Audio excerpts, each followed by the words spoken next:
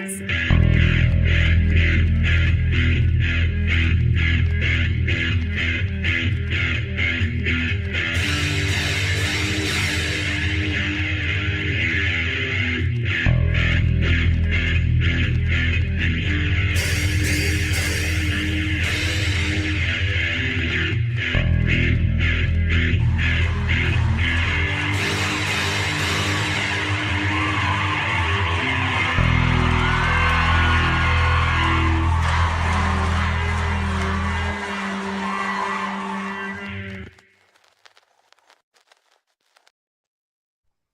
Hello and welcome to T.T.V Presents. It is not Reality Bites, it's the Vampire Lestat.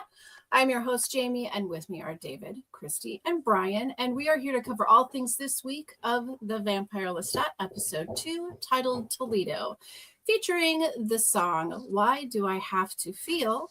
But before we do that, let's check in with our panel and see what their thoughts are on this week's episode. Guys? Didn't think it was possible, but I think episode 2 was better than episode 1 in a lot of ways. Okay. All right. So elaborate. I look, when Louis showed up, it was like it was in a movie theater and gonna cheer. It was like I just think there were lots of reveals and lots of interesting stuff going on. So where the first episode was all about the feel of the season, this seems like we really get into the meat of what's going on. But they carried enough of the feeling from the first season that I really thought it worked.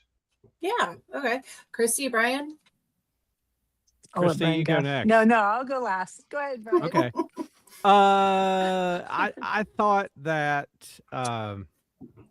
these episodes are packing a lot of stuff. I thought that maybe this was just going to be an entire flashback episode at first, and then it shifts and we get some of the present. It packed a lot of stuff in, and there was good humor. There was humor in the bus. I like that. Seeing the different relationship dynamic of this Lestat and this Louis told from Lestat's point of view was interesting. I don't disagree with how David may have felt about it. It lost a little steam for me because I enjoyed so much the pace, but I think it was unrealistic for us to expect the show to keep at that pace. So it wasn't as good to me. And my only complaint really with it was it just seemed like the ending was really abrupt in this episode. Like where they chose to end, it just sort of ended and it cut to, and I was like, that's a weird place to end. But I enjoyed it, and this is the episode that made me want to say, Christy, I want you to cook and tell us. This dives into more of what the meat of that book is that I've forgotten, and I know some of it's probably been changed, but was this satisfying to you as our resident Anne Ross expert? Well, okay, that's what I want to touch on. Okay, so I don't think it's unrealistic if they could have kept the pace of the first episode throughout the season. We would be exhausted because that first episode, it wasn't until my fourth viewing that I finally felt like I was catching all the things because it was moving so fast. So I was glad this one slowed down just a little bit because now we're kind of more centered on not what's going on right now, but like now we're seeing his connections with the actual people, right? So I like that part. Yes. Now, as far as the story and the flashbacks, so in the book, The Vampire Lestat, I feel like about half of the book is simply him growing up and how he becomes the vampire. Like all the thing, him in current time remembering his youth and how he became to be a vampire. And or maybe it was like a third of the book, but it was a bigger part. More in the past, more in the past. And so they kept it that he was the seventh son of a minor marquis, though he had only brothers. So that was correct. That was the same. His mom, I think they've done a really good job with her. But okay, so they moved really quick, and there was a bunch of things they didn't touch on that I think are consequential to the person that he was before he became a vampire. Okay, like the little wolf scene was not very big, but that's a huge part of him. Well, yeah, he only mentions that he killed the pack of wolves about 800 times. So yeah, yes. and then what we see is just like it's like what's going to happen and then the aftermath. So what I'm hoping, I hope that's not it. I hope we only got the parts of his past that pertain to how Gabriella made an impact on him to kind of show their relationship, because it's kind of her remembering as well. Excuse me. Yeah. Yeah. So it left me a little bit like that can't be it. That can't be it. But I think the adversarial, the way Gabriella feels about her life, right? She's back in those days didn't have very many rights, right? And she's the daughter of a noble family from Milan. They marry into this noble family. Her family still had money. His family really didn't. So she was kind of the influx of cash into the Lioncourt family. And so, but he treated her horribly, as we saw, right? Yes. And like the only 3 children grow to adulthood, and 2 of them are exactly like the husband, who's horrible to her. She does not like these people. It was, marriage of a business. And Lestat was the only one that kind of understood what she was, they kind of had this connection. Yeah. They have the same human garbage. connection. But I will say this, and I don't know that we got this, but I think Gabrielle doesn't really give a shit about him either. Do you know what I mean? I think so too. And I Gabrielle, Mom Gabrielle, or Gabrielle Vampire Gabrielle, or both? Both. I think kind of both. I think both. Kind of okay. Let's get into that, because we're gonna break this episode down into a little more into him. Yes. But we'll get into that, but I want to break this episode down into 2 halves, because that's just the most logical thing to do in the way that this episode was written. Backstory, current story. Exactly. So it's the 2 parts. Let's start with the first, which is the first failure, his family. So Lestat has 5 dead siblings. There's the young Lestat at the table. He did, in fact, as it turns out, have a stutter as a child. And he has that's not in the books, but that's new. And he's lived with his mother, who is trapped with a marquis, a cabbage, and his cabbage children.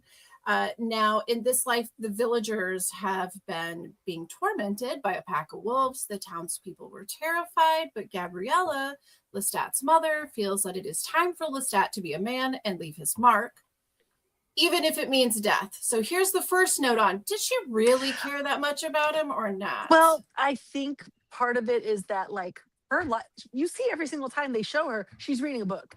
She is trying to escape her reality so hard, right? And she does care about Lestat, that she wants him to have something other than these morons, which is why she wants him to go to the seminary and learn, right? Because but she's trying to challenge them, and I think in that way of telling them just be men. Well, she knows Lestat's going to take her up on that, but she's also calling the rest of them out as not being so. Like using him as an example. I mean, there's a reason why they're kind of in decline. His dad sucks. Yeah, they're not great people, but she sends him, quite literally. She sends him, throws him to the wolves. Where after having to experience the trauma of having both his dog and his horse ripped apart by the pack, he can them. The townspeople rejoice, and then there's comfort in his mother's hands, maybe a little bit too much comfort. She tells her fantasy. Yes, shares with him her dreams of another life. So that was a little uncomfortable to watch. Her kind of glory hole dreams. Yeah. Okay. Thanks to the Game of Thrones, we are a little bit more prepared for these sort of conversations between family. I mean, what do you think? What do you think about that? I think there was some interesting choices made with that scene. Yeah, okay, I'll go out on a limb since we all have so much to say about it. Here's my take. I have empathy for Gabrielle initially, but I think this is a woman who wanted to escape her whole life And once the doors were open wide, she is 100 miles an hour all the time in a way without regard for anything other than her wants and desires that even dwarfs Lestat as much of a It's like where he hunger. learned it from, right? Yes, like his appetites. She nurtured that in him. Yes, like you see where he gets that. She is a woman that is id all the time. Except she is, but she's a caged id, right? So her life has made her, so I think it's made her id more, right? Because she's so caged in the time, right? The rights that women had in her marriage, and the fact that she's just only there to just spit out babies for this man, right? Yes. But my only thought is that if she were Amish, that would be one hell of a rumspringa to like tell her to be like, hey, go out and see if you like it in the world for a year. It's like, okay, Mom and Pa, I'll never see you again. And he even says that his mother paid a nursemaid or one of the midwives to nick her womb so she would never get pregnant again. That's pretty drastic. And they're like, I mean, low key though, kind of awesome. Like that, like yeah. And also because like they're a Catholic family, which is probably honestly why she's not like unliving herself, right? Yeah. During that time period. That would have been because she really is at that level of misery. She wants to escape, even if it means touching her little boy a little bit to like, don't touch him like that, you know? No, and she can live through him, right? So when he runs off with the acting troupe, she's like, that's fantastic. And that's when she says to have a moment of something other than this. Yes. Well, if she wanted so badly out, and I agree with you, she did, and if she would have perhaps unalived herself if she had that opportunity and wasn't raised with a Catholic dogma, do you think maybe that's why she sent him to the wolves, was not because she didn't care about him, but because she didn't want him to live the tormented life that she was living? What? Because she, at that point, she knows she's dying, right? She's got the consumption, right? And she's not gonna be there for him anymore. Either he's going to be victorious, in which case it's going to change his life and maybe get him away from Dad, or he's going to die, in which case she'll see him because she knows she's dying. She tells him so. Yes. Now after can I ask a quick question? Yes. Because before I forget, when the wolf attacks him, like, is that a regular wolf, or would that be a spoiler if we went? Oh down no, they're that just regular wolves. Okay, there's nothing scary now. I thought that was like a very scary, extra kind of scary looking wolf. In the book, I'm hoping that what we got was like Gabriella kind of remembering, and that wasn't truly Lestat's memory, because it really makes him who he is. Like he finds his courage that day and like becomes like he starts leaving his own height. It explains a big thing that wasn't there in Interview with the Vampire. Like when we see him in this show, he has scars on his body. Yes. He's been through it. And it's like, oh, okay, now we know where some of these scars come from. He has literally he has fought for his life before. Yeah, right? Absolutely. This is a show that does not shy away from epic fights. So you can bet at some point. I hope so, because it's I quite can't dramatic. believe It's that the producers who gave us the hallway fight with the tooth guys. Right. It's you like know, is on gonna a mountainside. The tooth team, yeah. He's got his two Mastiff dogs and his horse, and he's like, you know, and then they cart her, and it's quite a good part of the book, actually. It's really good.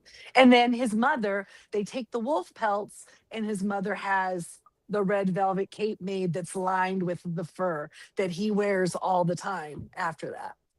It's his mark after it's his little Red Riding Hood. Yes. Okay, so we follow this family over many years, and every scene is conducted around the same dinner table. Each scene, the family becomes more wore down and uglier and sadder and a little bit more cruel. And it isn't until like facial, like pox and stuff. Dad looked at one point a little syphilitic, didn't he? Oh, they looked pretty grody. And then it wasn't until Lestat manages his kill that he's able to step away from the toxicity of that table and the sickness that surrounds it. Because he won the folk people, the little folk, right? Because he had the people behind him. So then we So at one point after leaving home, he is turned, which we'll get that story down the road. I think I saw spoilers for next week. Yeah, a little bit of spoilers in there. Yeah. And then when he comes home to seeing his dying mother, Gabriella, he turns her as well. And so we see all of this in a flashback after a night of hunting and flying and feeding and he and Gabriella are wrapped in each other's company and they reminisce about the past while Lestat performs his Baldier, and it is a memory of her rebirth, and the family faded, much like the pack of wolves, to a very violent death, as we see. Deserved, right? Just wipe it out. Yeah, I didn't feel bad about it at all. So actually, that doesn't happen in the book either. In the book, the family basically dies during the French Revolution, except for his dad. Somebody is able to keep his dad safe, and it's his dad that he takes to New Orleans with him, and it's why he needs Louis' estate so that he has a fine place to put his dad where he can keep him until until he passes naturally. But his dad's blind at that point and doesn't recognize that he's a vampire, which is pretty great. I do recall that. Yeah, I do remember a lot of that part of the book. I do kind of like this better because it's like it's just the vengeance, it's the vengeance of it all. I mean, for her, yeah, I wish he would not have continued with that, only because I think it'll mess him up later. Yeah. Anyway, is there any other things like when specifically to pertaining to the family or the scenes with the family? Is there anything else that we want to cover? More that like at this point he's called her and she's come to him, but he does say that he has only seen her twice in the last 100 years, in the last century. Yes. So they don't see each other very often. Gabriella, she will comb her hair and get pretty for him, right? Because that's how she knows he likes to see her. But usually she's like all grody and gross in some jungle, like she's like old and witchy, really. She's always off into like some exploring very some wild jungles of South Gabriella. America. She's always very like androgynous, right? She cuts her hair off. She doesn't want to be like feminine at all. So that was her escape. That's her transformation. Her rebirth is to have all this power and really lean into her masculine energy.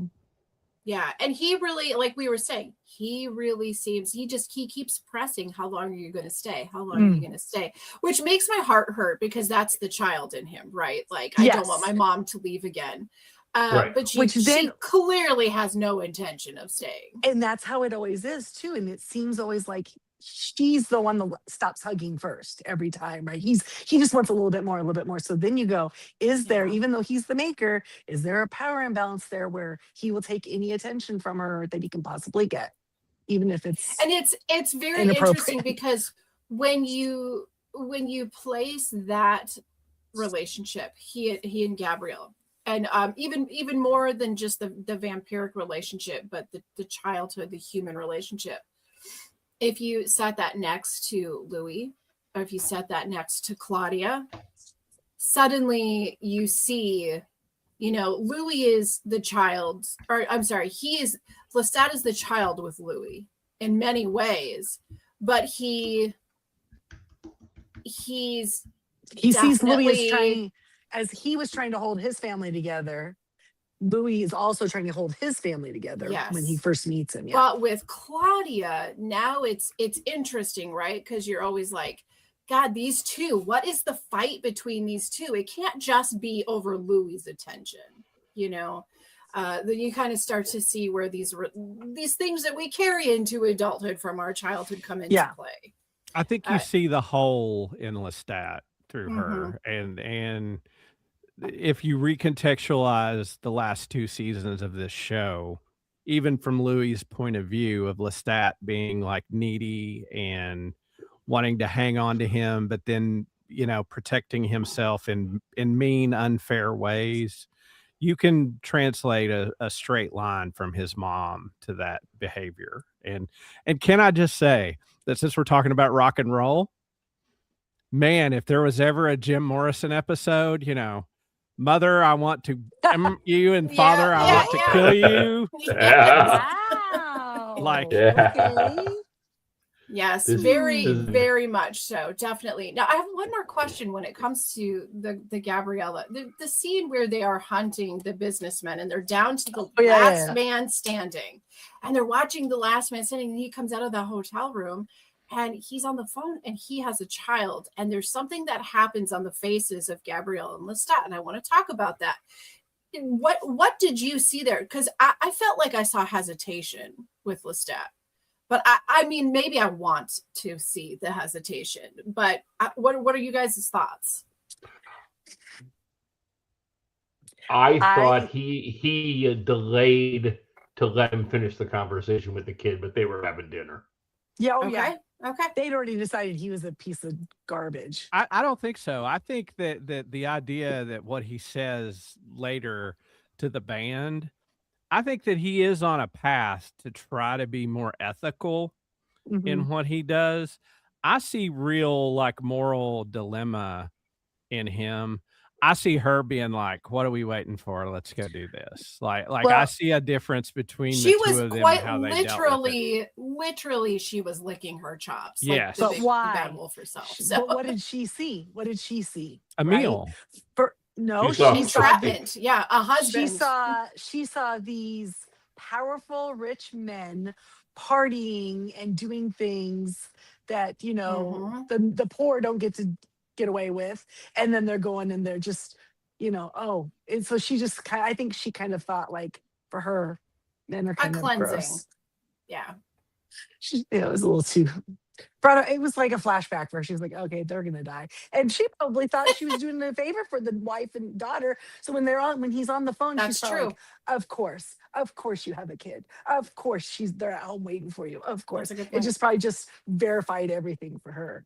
Yeah, you make a really good point with that. It is the idea of like, of course you have all of these things. So okay, now I also think, but one more point on that. I think Lestat with the band is spending a lot more time with humans now, and she's full vampire. She sees food. She doesn't see a person with needs and desires. She didn't care. He now sees people as having value beyond. But they do. Everybody. Okay, most of the vampires do have a certain hunt, whatever that thing is that they hunt, and her thing is always to hunt those who take advantage of lesser than. So, I mean, yes, indiscriminately, but she's not picking sweet little, Sally Joe's walking down the street. She's not picking her. She's looking for somebody who she feels, because then she gets that thrill out of it of like, she's the Dexter. She's picking out Dextering. Yes, and Lestat is absolutely the same way. His favorite meal is someone who's a murderer. If he can find the murderers, because he can read their minds, so there's no doubt he knows what they did, and he just wants to keep them from hurting anybody else. He's gonna just take them out, taking out. We call that taking out the trash. That is taking out the trash. So now on the flip side of all of this, but maybe kind of a mirror intentionally of this episode, we cut to Lestat on the bus, and his band is in shock and realization that Lestat is a vampire, and also Daniel. One thing I wanted to say from the very beginning there. So Lestat is just waking up. It's barely dusk. Yep. You see that it's fair. But did you see who was in the back? Daniel. Taking a shower? Daniel. So Lestat is notoriously has strong blood, but he usually gets up before others. But Daniel was up before him. I did clock that, and I was like, I think doing a little day walking like his well, Armand's blood maybe gives him the day walking. I think they might be dropping those hints so that we're going to see something really crazy out of Daniel at some point. Because he said he didn't have any of the gifts. He said he had none of the fire gift or the nothing. Right. Anyway, he's got something. Yeah, but Daniel may be the least reliable narrator. As it turns out. It was the drugs, man. I've never seen somebody so happy to be a vampire. So with this band, old man was about to die. Come on, I would be too. The band is like, the band's low key freaking out, like, right? As any humans are going to. They've been living with a vampire this whole time. I feel like Larry might be okay with it though. I really, really liked the way that the chaos on the bus was being handled and the over talking that was happening, because it was very similar to that dinner table with his family. Except And you for can in tell this right here, situation, and you can tell exactly who knew and who did not know. yes, the chattering, but it's the chaos and the eye contact, the facial expressions. There's so many things that were happening that was just like his family's dinner table. And then it's this realization that here's Lestat, but he's not stuck in a stutter anymore. He says he's loud, and he lays it all out, right? Like he's in control of this chaos and this conversation. And he starts with the no vampire was born a vampire. Yeah, after very all, logical, right? Yeah, like we were humans too. But then he performs his mind reading for them to like really prove the point. And it's clear that there is going to be special handling of Alex. Well, okay, so a couple of things there. First of all, wouldn't you everyone just be like losing their shit when you realize not only that he is a vampire, but you would be He's known every shitty thing you thought about him for the last 2 years. You know what? He hasn't killed me, and we're still friends. So maybe he's okay. But don't you think what I thought was great about this is at the time they're having this conversation, they have seen what he did in the hallway, and they saw him fly. Yeah, so it's like, when you come down from that, like the world's already shifted beneath your feet a little bit. It's a little easier to hear this other stuff when you watch the dude bust through a pane of glass at the top of a hotel and fly away. But the very funny thing is that like they show Salamander reading the book, and he's asking all the, do you have the fire gift? When was the last time you saw Armand or something? Give the fire gift, and he ignites the book, which I love. Right. But he's so, and Salamander's been working on that book for a long time. I'm just saying. But he, poor guy, he's not very smart. But he seems to be kind of an Armand fan. Did he not? Yes. And it was like, disgusting. Was down like, I don't sleep with the band, and he's like, can you just give me Armand's number because I can't check that out. That was funny. Alex is the straight edge, the vegan, the good boy, maybe a little martyr complex. A little bit. But he's the one that has the most talent, right? Yeah. I do like that he's gonna have to come to terms with a few things. It's not just a simple. I think it would have been if everybody in the band was just simply like, oh, okay, cool. Right. That would have been boring. It seemed like a real band discussing something shocking like that, right? Like that. Well, yeah, really... but Alex is like if Ian Mackay were attractive and sold out. That's Alex. Like he's straight edge, but he wants to pretend like he doesn't want to be popular, but he secretly does. Yes. And I think that Alex, the way they're playing him in this, because the band is in the books, but not developed like this, the characters, I feel like Alex is going to be a parallel to another character we're going to see. So I was kind of clocking that on this. He's a little moody, right? Yes, a little moody. He's the artist. Yeah, a little bit. And Lestat said that in the first episode. He was the much more talented of the brothers. But not only the talent, but he has that artiste attitude too. He's going to be pissed if they sign to a major label. Let's just be honest. That's Alex. Yeah, or he's going to get pissed if he doesn't get the right credits on the right songs or whatever. It's all about. Yeah, don't fuck with Alex. He's got standards. But I thought it was interesting that Tough Cookie said that she just, if this band didn't work out, because this was like her 10th band, and he went through them too, right? And like, but otherwise, if this doesn't work out, she's just gonna marry Alex or marry Larry and have a kid. Yeah, have the kid. Don't ever stop rock and rolling, kids. Don't do it, Tough Cookie. Just don't do it. Keep don't rocking do it. So okay, now we're gonna move into what was like. They need only one guitar. Yeah. Oh yeah. She hates Thin Lizzy. Thin Lizzy. Yes. So no, I don't. Yes, you do. She's probably like, that's fine. Alex can leave. We don't need one. And then Sorry. Lestat later when Alex is walking down the street going, she was talking about your brother. Yeah, not you. Don't worry. You're safe. It's fine. It's fine, TC. Oh gosh, no, it was a lot in that little bit. When they say band meeting, they kick everybody else off. Christine Band gets off and stuff. meeting. Yes. That was really. They pulled the bus over. It was a good scene. I liked it a lot. Yeah, I did too. These are really now, his little team.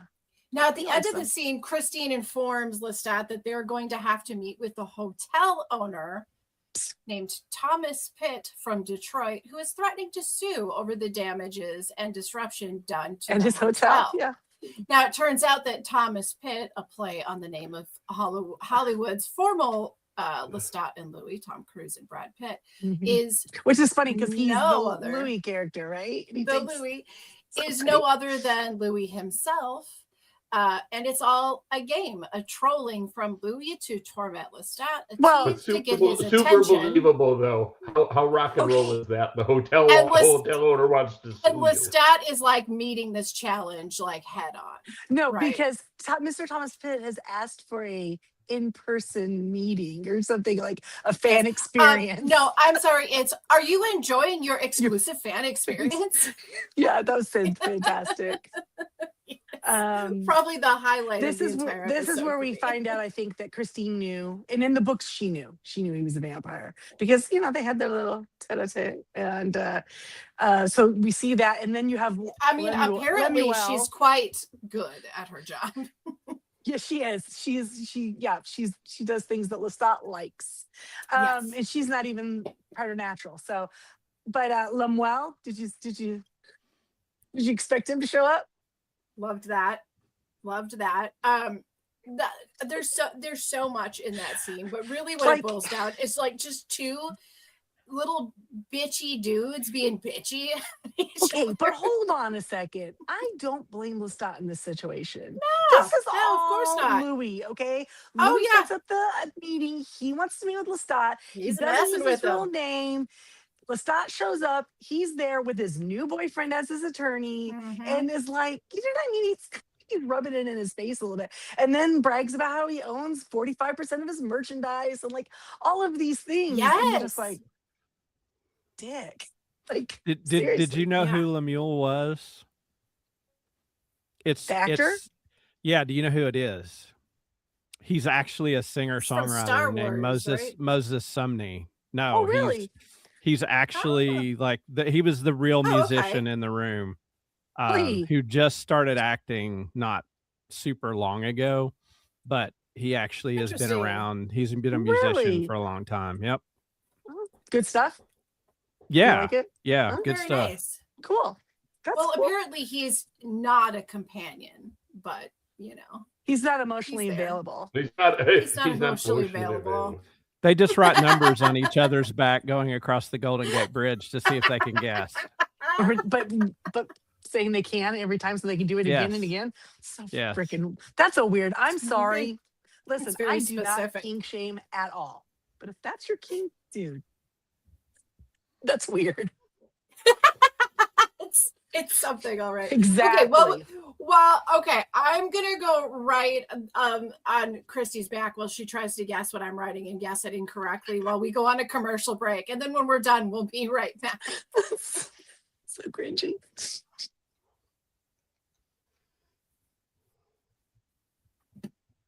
Okay, we're back. Christy, did you guess what letter was it? F and U? Girl. I thought it was V and L. Oh, V and L, yeah. Shoot. Dang. Wrong again. Let's do it again. Do it again. Do over. Okay, so in the following scene, Lestat performs. Both Gabriella and Louis are in the audience while Daniel gets his shot. Lestat is performing Why Do I Have to Feel, when suddenly the crowd goes quiet and in slow motion, and Lestat, much as if ripped from a missing scene of Velvet Goldmine, floats to Louis and in his serenade hands Louis his edit of Interview. Oh, but it's the best. He says, I wanted to write you the prettiest song, the prettiest song in the world. But then he said, but I got distracted. Got in the way. I got distracted. He hands it to him, and I didn't. Yes. And that's his copy that's all written in. Yep. It's annotated. So as hell. It's dog-eared, there's notes, highlighted. Got highlights. Never through it a couple fucking times. happened. Yeah. Never. Also, like, what the song? What did you think of the song? I like it. It hasn't like dropped it. yet. I think it'll come out tomorrow. I think it's really on Good, like not Spotify. it. great. Great. But It's good, Yeah. not great. To me, it's a little emotionally overwrought. It's a little Meatloaf for It- me. A Is little it bit. little Meatloaf? Jim Steinman is what I was going Little exactly smushy? there, Brian. Yeah. Yeah. Okay, I well, don't know I what it reminds me really of, but it sounds a little 60s to me or something. yes. But that is the point that I Um, was going to say. It's like when I'm talking about like Velvet Goldmine, which happens to be one of my very favorite Yeah. films, but is also why I really enjoyed this song because it feels like it fits into that. There's some glam undertones to it. It is a little over the top emotionally, but then and But we've if all it had felt not like that, right? We've all Yes. felt that. That's But a if it- specific thing. Yeah. and maybe it would be a little bit too much if not for Chrissy, what you pointed out, like I was gonna do all of these things for you, but nope. And we saw that Screw you. literally in episode 1. He's writing the song on the piano. He's Yes, he's it playing was it very for him. nice. It was a He nice didn't know song. about the book yet. They're talking. He's like, "Why don't you come visit me? I have my spare guest Hey, room, boo. and I need some Hey, boo. painting, and you can help me." And then all of a sudden, he starts seeing on his phone this book, and he's like, excuse me." So he's what he was trying to tell. But They would don't be back forget, together. but don't forget, Louis did him the ultimate dirty in that scene when Lestat starts playing the song for him, and he goes, Oh, "It's it's fine. nice.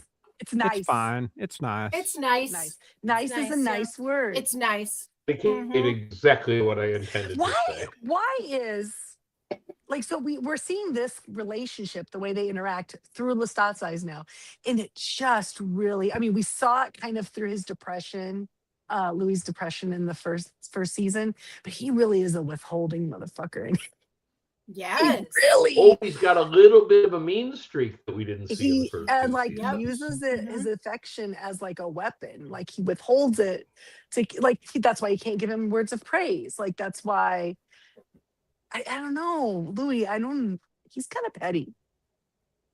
Louis is like an extremely lovable version of what his brothers were in a lot of ways. Do you know what I thought watching this episode?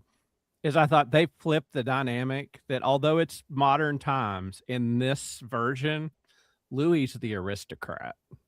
Like he's the sophisticated There you magnet go. with In rich, all control. these businesses, Because and his family's money he had to do something to save the family fortune because his dad had not been a good businessman. So Right. assuming that he continued to build that up and then into his vampire career, and then just keeps like leaving it to his new alias, whatever, as this is all the money he's made himself. He is the businessman. but it right? flips the dynamic of the first two seasons. Lestat was the cultured, refined Lestat- violin Right. player, and Yes. Yeah. He's- At least he's from still the perspective aristocrat, that yeah. Louis gave us, it He's was still like, playing the violin. Yeah. But Yeah, it's he is. but it's interesting though, because from Louis' perspective in interview, the first half of his story, we have Lestat on a pedestal. And he still is on that pedestal, though it's rocky. So weird though, honestly, to But think now that it's Armand like didn't take that flipping. shine off of Lestat, even in Yeah. his recollections, right? That he was Yes. on a pedestal. It's weird. But now from Lestat's point of view, it's interesting because Lestat doesn't necessarily recognize the pedestal that Louis had him on. You know, and that's the part that I think is the most interesting, because the Lestat that Louis tells us about would definitely recognize he was on that damn pedestal. And this Lestat is a little bit more like, well, what the fuck about me? But isn't that kind of true to life? Like, aren't we all to ourselves that insecure on the inside? Not insecure, but we have our doubts, right? Even though on the outside, the perception might be that we don't and that we're very confident. everybody we has call those that that fake in their it voice. until you make it. Yes. So I wonder if part of it's that like that was Louis' perception. He just figured Lestat just always acted so cool. The problem with a Mhm. pedestal is that there's only room for one person on a pedestal. Like, Yeah. so even if you're on a pedestal, it's lonely. Like, there aren't a Whoever's lot of wearing the statues skirt of goes more on the than one pedestal. person. Like most Right. statues are one person, and Yeah. Occasionally a horse, though. and occasionally a horse. they may be on a horse. Just Yes, saying. but I think you're right that Lestat can't see himself the way Louis saw him. Mhm. And I think what's really tough is Louis flipped the tables on Lestat. And now Lestat is mad because when he had the power and he didn't treat Louis the way Louis is treating him now. But did he really ever have that power, or is it just how Louis remembered it? Right? Well, So, I are think they that's a really good that much question. different now, or are we just seeing the difference between how they perceive themselves and the other? Right? I think Yeah. it's you're always the hero of your own story, right? Yeah. Because Lestat's how many years old, Christy? Help me. What 250 Yeah. something? I'm saying you're probably not changing a lot personality wise at that point. Yeah. You are who you are for the most part. Yeah, Yeah. I would think Yeah. so. And So he was that's why I 30 think when maybe. he was turned, so he was definitely an adult at that time. So it wasn't Yeah, like they made I him think what older in this. So. Yeah, I think what we're seeing is the conflict between how each of them perceives the other one and how they perceive themselves. See, my husband said, Which I hope is right, because it's a hell of a lot more interesting. "Is this Oh, season definitely. just them rehashing? Are they like getting divorced? What's happening?ing?" Well, Well, kind of. it was just like a divorce case. Yeah. That's Yeah, what said, was yeah. cool about it. I go, and I just said, like, it's just showing that, like, no matter whether you are mortal or immortal, you probably still have the same issues you had, and you still got to deal with them. Yeah, as long as you're living the life amongst humans. I mean, this is society, right? This is and what you in deal this with. story, I don't remember if in the books, but in this story, Louis doesn't seem to know who Gabriella is. No, He didn't seem to recognize her. So, or as Well, they like to call her, a Sophie. they thought Lestat that, only saw her 2 times in the last century, so it's right. possible. It's possible. I mean, yeah, that it just didn't sync up. But they thought that Lestat was the one that was withholding all the information, that he had this fount of knowledge, which we'll find out he did. But he didn't tell them anything because, again, he had all of these failures in Europe. Mhm. And he was like, I'm going to the New World and I'm starting over kind of thing. Yes. So he didn't tell Louis a lot of things. So This is I my like that mom. you said that about the starting over of all of it too, because now it's like you're backpedaling to the point of when he first shows up, when we first see him in New Orleans, and how he presents himself, and that idea of like leaving your baggage behind and then being whoever you want in your move, and who you want other people to see you as, and without those people who knew the old you. Had already judged it, you, already labeled you, the brat. Yeah, and kind of just becoming who it is you want to become. And honestly, just getting away from crazy Armand. Honestly, just getting away. So, okay, now the following scene. Well, I guess not the following scene, but the following part of the story is Louis and Daniel having dinner, and then Daniel speaks of understanding the loneliness of a vampire's life for the first time. He also mentions a certain power that Armand seems to have over him, and he asks Louis if it was the same for him and Lestat, and Louis says, "No, that's weird." But Louis looked like he was lying. So I have a question about that, Christy. Louis lying. I think Louis full of you know what. Yes, but here's my thought. Yes, he is lying? Yes or no? That's part of it. But my other he knows what Armand's doing to him because Armand did that to him. That's the point. He knew what he's talking about. Either that's how it is for him and Lestat, or he knows Armand's doing something to him. Yes, but he knows. That's the point. Yeah, that's weird. Is this a bond, or is this something that Armand But does? I would think that since Daniel knew that Armand could do that, because him and Louis unraveled it together, right? He would be hip to that, maybe a little bit more suspicious. Maybe, but it Daniel's- doesn't seem like that. It almost feels like he's like, is this love? You know, it's like he seems to question it. Like, what is this? Like, Is this the did Maker's you bond? have this? Is this what you Because- meant when you talk about Lestat? Because Like, they always talk about this incredible bond between Maker and Fledgling. yes. Right. I they- thought it was so vulnerable. They can't read each for- other's for thoughts, Daniel. but they're like they can feel each other and these things when they're Yeah. close. He really Yeah. seemed innocent of it. Like, that's my take, that he felt really innocent of it. He was really unsure. It wasn't like I think is he Daniel fucking with might be me? into him, Mhm. even though Yeah. he saw how horrible he was to Like, Louis. does he say nice things about me when I'm I- not around? No, don't, Daniel. You deserve better. But there's We a saw- great parallel in this, though. The little thing Daniel says about letting his daughter believe he was dead because he just Mhm. thought that would be better for her than to know the truth. And I think like that's the difference between Daniel and Gabriella, that like maybe he knew being closer to his daughter wouldn't be helpful to her, and he probably wouldn't be a good person in her life. And Daniel's a really rich character that they're developing, and I so hope good. his Oh, path yes, love, stays yeah. like this.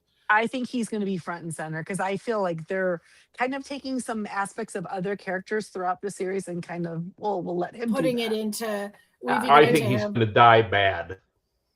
So we've heard this before from a girl on a ceiling, right? Not anytime soon. No, The Oracle Jenks. Or Yes, was now- she? Or was He is she the just, connection to the Talamasca, which with the fate of that Well, show, and that maybe with they'll the plug dinner. that more into this. Continuing with that dinner, we find out that conversation, that dinner with Louis, wasn't just for fun or catching up. There Mhm. seems to have been an agenda as Raglan Daniel and set Rashid him up. show up. yeah. Yeah, and they His both show pro- up as the his producers. Because I don't know if we've mentioned it yet, but it is the Talamasca that has made sure that the book got Yes. published. Now here's They're what we kind have of- learned. His producers, we've- his handlers. We've learned two important things. One, that the real Rashid is the real Rashid, and that Talamasca would like Louis to manage the Is it Detroit Coven. Rashid or Rashid. And Would like, yeah, You dispatch have a that preference? coven. No. the Rashid, Yeah. but that they would also like Louis to manage the Detroit Coven, Yeah, and the because Detroit they're a little out of Coven, control. who is led by Killer, who is also known as Bruce. Bruce. So The first Vampire question, Bruce. Christy, can you please Yeah. remind the viewers what Okay, what? Rashid This is what I being thought was gonna- Rashid means? Okay, Rashid was from the first two Yes. seasons. He was the alias that Armand took to pretend when he was walking around at the beginning before that he was the servant Rashid. And Yes. Rashid was kind of like errand boy. And then when Armand came and was Armand finally and not Rashid, oh, this is Rashid. And Daniel And that's why insisted- Daniel called him the Daniel real insisted Rashid. on The always real calling him Rashid. real Rashid, and Rashid it kind of annoyed him. But we find out that Rashid had been the Talamasca plant all along, because in the very last episode of season 2, when Daniel gets that information that is from Sam, who also worked from the Talamasca but was from the Teatro de Vampire, right? He had that script sent over from the Talamasca. The Talamasca had set him there with the theater. The Talamasca has their hooks in a lot of things. They are all A lot over the of things. place. Except this the is- Nielsen ratings. Right? Aw, boo. But It's I those don't yellow tennis know. shoes, I tell Did you. you guys notice? So they had a little conversation, and Louis was not interested. He was like, "I don't care. Like, I'm not interested." And then he keeps like dropping another morsel, and the way it got to Yes. his name's Killer, and Yes. someone else knew a Killer, and then and they ended it there, and that was kind of like a cliffhanger. But you had said that was the cliffhanger kind of in the first episode too, with Lestat going out the window. They keep both of these episodes. I wonder if that's going to continue to Where they just cut be it. their It thing. feels They just- very where you like, go like there's that, and then next week. but it's I get what you're saying about the how it is a weird cutoff, because it wasn't just a like boom and then drop and then black, and there was no space between the cut and the black screen. It was just like you cut mid-sentence almost, I'm gonna be the fly in the punch bowl here. Yeah.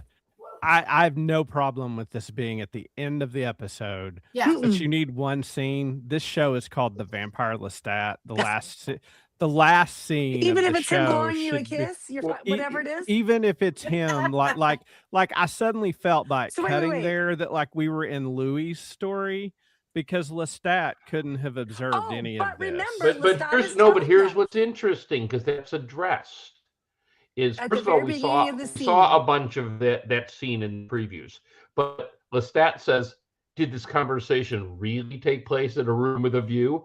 I prefer to tell it that way." So he's Right. telling you flat out that he Was not realizes he there. wasn't in the room, but he's going to yeah. tell it the way he wants He's anyway. giving us information that came to him probably after the fact, But- maybe. But end Daniel it told with him. him saying something, or end Yes. it Yeah, with I totally seeing what you're him. saying. Like, because I felt like it took me out of this being the show, The Vampire Lestat, and I was like, "Oh, what's Louis gonna do?" And it's What like, do you Yeah. think he's going to do? He's going to Well, tell I us mean- that, no? Oh, but interview was all Louis' story, but Lestat was part of it in nearly every episode. But Danielle, I think it's because this season is when you're in Louis' season and he narrates, it's interesting because you don't feel like you're necessarily getting the Louis show, it's just the narration of the show. But in Lestat, you're watching his documentary. yeah. You know what I'm saying? Like, it's different. And also, you now know that it's from his point of view, right? Yes, As opposed to Louis, and there are huge differences. So you couldn't have known that at the beginning, right?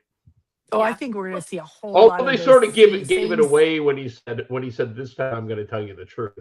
So he already admitted to We're lying going the to see first some of these time. same scenes done again from a different perspective. And I think that they had addressed it really interestingly because obviously actors change. And that first season of Interview, he was wearing extensions. It's not his real hair, Yeah. but he has his real hair now. It's finally grown out. And I think he was like, oh, and it wasn't only this long. It's really supposed to be this long. Like when they reshoot those scenes, Yeah. he's going to look different. They've already explained it why, so I thought that was brilliant. Do you know what I mean? Well, You can't and collapse did this you because see, it's filmed did at the you same did time. you see how they played with that too with the body double? And they fitted him for contact lenses and a wig. Yeah. Oh yeah. oh, they gave him fake teeth too. They changed Right. his teeth. And lifts in his shoes because Right. he's very tall for He's his time. 5'7". He's 5'7". And he's 6 foot. Very tall for his time. Very tall for his Very time. tall. Don't forget that. Very tall for his He time. always says it. He says it in every freaking book. I swear to God. Yeah, I think, and we talked about Killer, right? Oh, I guess I didn't. Killer Yes. is from season 1 when Claudia runs off When because she wants Claudia answers, runs. and she kind of goes around to all the different universities, just hanging out in libraries, trying to find out things, what she can find out. That's why she gets her plan to go to Romania. And Killer was the guy who had like taken her, abducted her, abused her, kept her under the floor, and then told her, I'm tired of your, what did he tell her? I'm tired of your frowny smile or something. I'm tired of your face, and like just took off one day, but didn't kill her. And she couldn't figure out like why Hate he your broke face, her. bitch. Well, And and off then he went. He broke her. and then he was the basis for their lie that they told the theater troupe. Yes, And right. they said they were created by the vampire Bruce. Bruce, Because remember, who Santiago going, who came from so Copenhagen. tell me about your creator, the vampire Bruce. Yes. And that was really the reason why I thought that Santiago might not have died last season, that maybe they wouldn't have killed him. Because Santiago, they also said that his maker was in tour in the theater. And that his Santiago, vampire I come understand. he had come from Copenhagen. So everyone was like, oh my God, is Bruce? And is that going to be Santiago's maker? Oh my gosh. But I guess not. Santiago's gone. Oh, Santiago. What could have been? Okay, we but could you know still who's make not it. gone? The DJ. Now, Oh, they and call also him, Bruce. They call Bruce Killer, right? Right. And Is then that why Baby Jack has Jinx- kill her on the back of her neck? Who? No, it said Jinx. Killer. It said Killer. It looks Baby like it Jinx said kill her. in the book. No, it was Killer. And Baby Jinx, she is with Killer in the book. Yeah, that's who she's. Mhm. So Getting I That's who think she's that it's gonna, marrying. like they said, where they're prophesizing another red wedding, and I think that she's supposed to be marrying Bruce. That's what I think's gonna Okay, happen. so hold on. She's gonna be Hold on, there. Hold on. If she is supposed to be marrying Bruce, now is she marrying or is she getting turned? I think both. Maybe both. Like that's the marriage, right? Maybe Turning both. her. Okay. Is this the now- red wedding you've been waiting on, Christy? Yeah, It's this the might be a good real one. red wedding. Now, They're I gonna have be- one more thought on this episode, or one more conversation piece for this episode, and that is when Louis is talking about seeing Claudia's ghost. Yeah. Now, this is That something that is happens in the so books. sad. He is kind of haunted by her, Yeah. right? He feels like he let her down, and I feel like that's that way the there. constant. That's like the constant pain of the series with Louis. Really, I mean, it's He has the regret. He because knows he didn't yeah. love her the way he was supposed to, and didn't treat her. And like she said, you always choose somebody else, and he knows he did. Mhm, But mhm. but like he had to be true to himself too. But he And still has she, that guilt. it was an interesting relationship they had because yes, in many ways she was his child, but really she kind of took the replacement of his sister. Yes, She was his voice of reason. and she looked after him after him and Lestat had that fight. Yeah. Right? Yeah. So it's not only a regret for all that happened to Claudia and the pain that he feels with that. It will be interesting to get some of that story more sorted out if we do. Well, by the end of season 2, we saw Yeah. it was not Lestat. Louis Right. demanded. He was dragging her dying body across the floor, begging Lestat to change her. Yes. And then knowing It was how him. the relationship. No, with he his even sister tried to change and- her himself, Yeah. didn't he? And he It's- couldn't do it. yes, because, It's you know how? it's his fault. I mean, all of Mhm. her sadness, all of her the tragedy that is Claudia is all Louis' fault. He knows it. So But yeah, see, he continues to be like There's so haunted by much her. there. There's so much there that's connected with like the haunting that he has of her, but then also previously before here, his human sister, his human brother, that relationship, his part in it, and his brother's death. That's the loneliness of the vampire, right? Because just for regular human life, as you get older, the more and more the people that you loved and relied on start to pass the older you get. And for a vampire, once you turned, I mean, those people are long gone, and Yep, you don't a really memory, have you don't have that tether, right? And I think for Yes. Lestat and Gabriella, they have that. Which At is least unique in that world. Very unique. Well, Very unique. Lestat has it. Whether she cares remains to be seen. No, I think she has it too. I think that helps ground you to, do you know what I mean? Kind of like ground I think that she has it, but I don't think that she has the need of it. She doesn't the way need it to that be Lestat charged does. as often as he needs his to be charged. Yeah. Yeah, but Well, yeah, he still wants mommy's approval. Sorry, bro. Yeah, he Yeah. does. I think that what you see in this scene with him talking about her is that what they got out of their relationship, Louis and Lestat.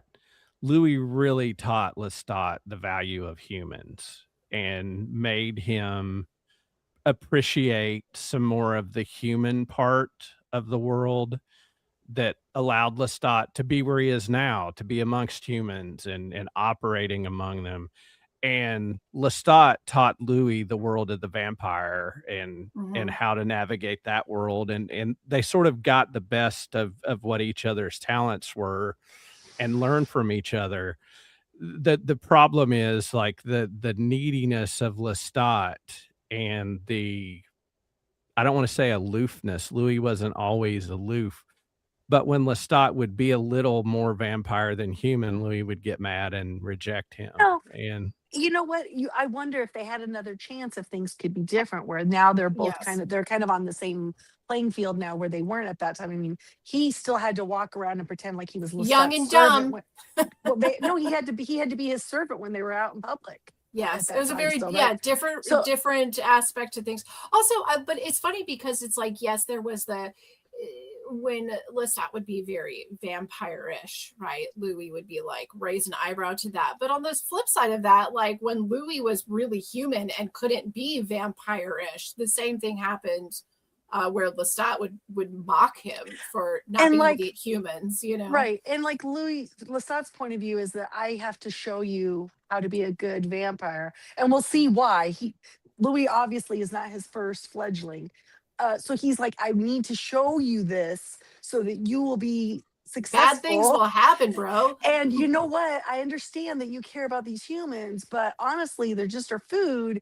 And you might want to like let go with that a little bit, or you're going to suffer a lot, Yeah. And he it's gonna does. be a He's hard like, come life, on. yeah. See, like, you don't have to live, dude. Don't beat yourself up. You are, that's your instinct. It's who you are. It's nature. But he doesn't. Yes, and it is. So, It all so falls what I'm back into the getting, nature. what I get from this conversation, any vampires out there listening, do not turn Christy. She will be ruthless. She will be like, she will be like, you are my food. Vicious. Maybe that's what they're looking for. Maybe they need some vicious sledging. No, I would just only, oh my gosh. I know where I would go. I know a city in the United States where I would go and feast. She would be feasted. There would be a couple of red things there. But it would be a good time had by many. Now, I need to know last thoughts. Let's do a quick round table. Last thoughts on the episode. I'm gonna start with Brian. Go for it, Brian. Well, I'd like someone else to start because there's something I meant to look at that I want to look up to see if it's been posted because it hasn't yet. Okay, David, I'm gonna start with you, David. All right. Best episode ever. Okay, look, I think it was better than the first one. I'm sorry. Yeah. I like the pacing better. Yeah. I thought the writing and the lines were awesome. And we didn't even talk about what I thought was the best line, because is this not truth? The worst reveal themselves through time and Negroni. Say that again. What was it? The worst reveal themselves through time and Negroni. Oh. Said by an Italian, right?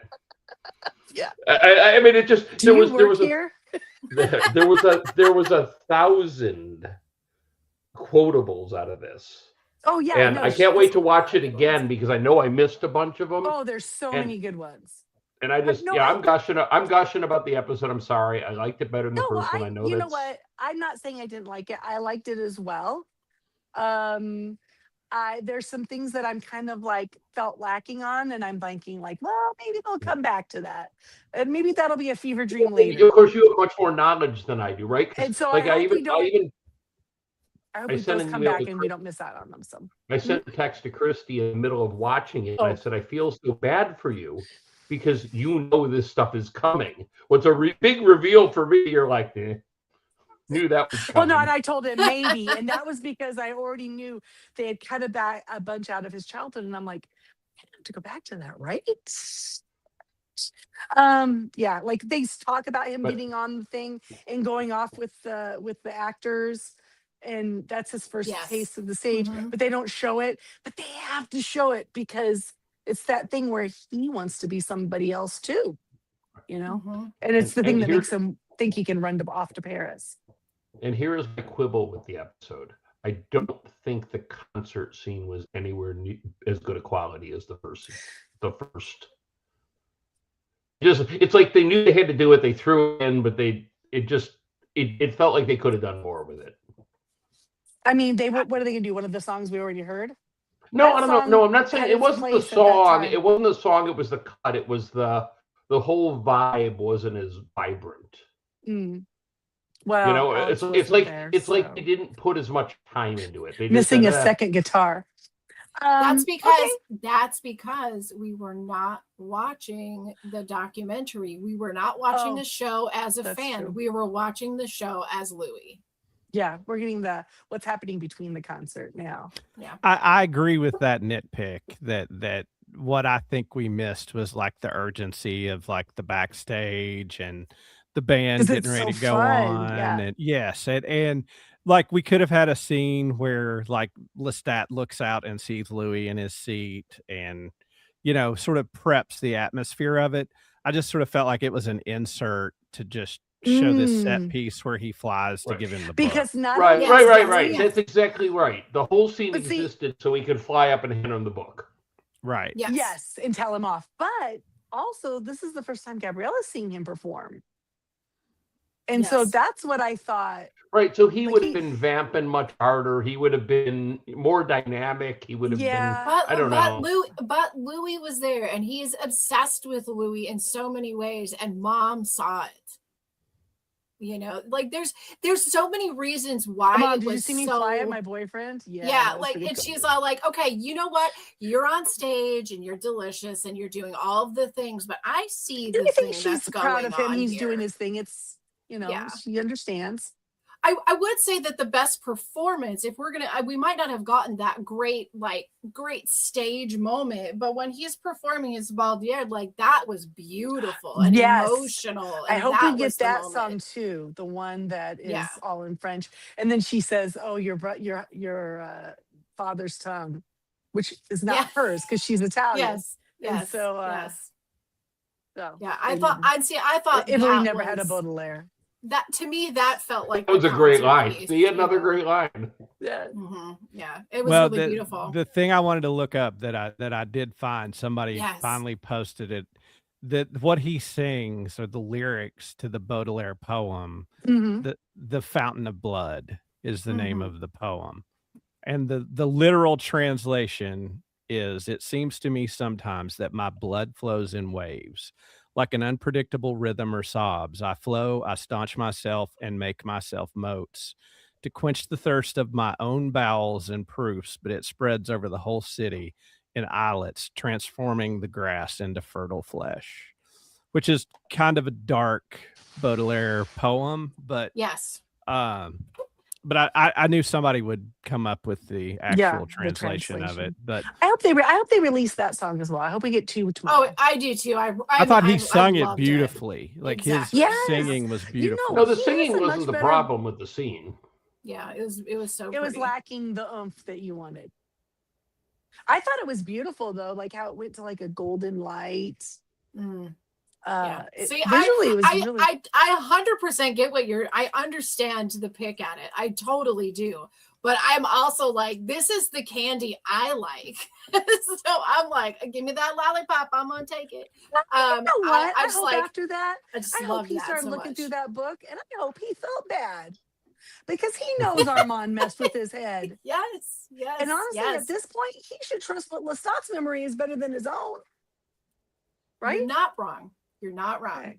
But I think that Armand lied. Louis gonna find a few lessons in life still. So, Yeah. Okay, guys, if you have been listening and you have any questions, comments, feedback, feel free to email us that feedback at tallythefeedback@yahoo.com. And you found us here on YouTube, but if you would like to listen to us via podcast, you can do so anywhere you find your favorite podcasts at the Jay and Jack Whole Enchilada feed. And speaking of Jay and Jack, we would like to thank the patrons that contribute at a certain level, and they are Eckhart Rickner, Joanne with the Plan, Maggie the Magnificent, and Ed the Creepy Poopy Head Mailman. If you would like to become a Patreon and see all of the extra things from the Jay and Jack feed, then you can go to patreon.com/Jay and Jack. Woo! Now, that brings us to the end of tonight's conversation. But you can find us next week, and we're going to be covering episode 3 titled Toronto. We got it where we go. Going to Toronto. Okay, so until then, let us follow the directive given to us by Lestat himself. We must kiss, grope, aftercare, onward.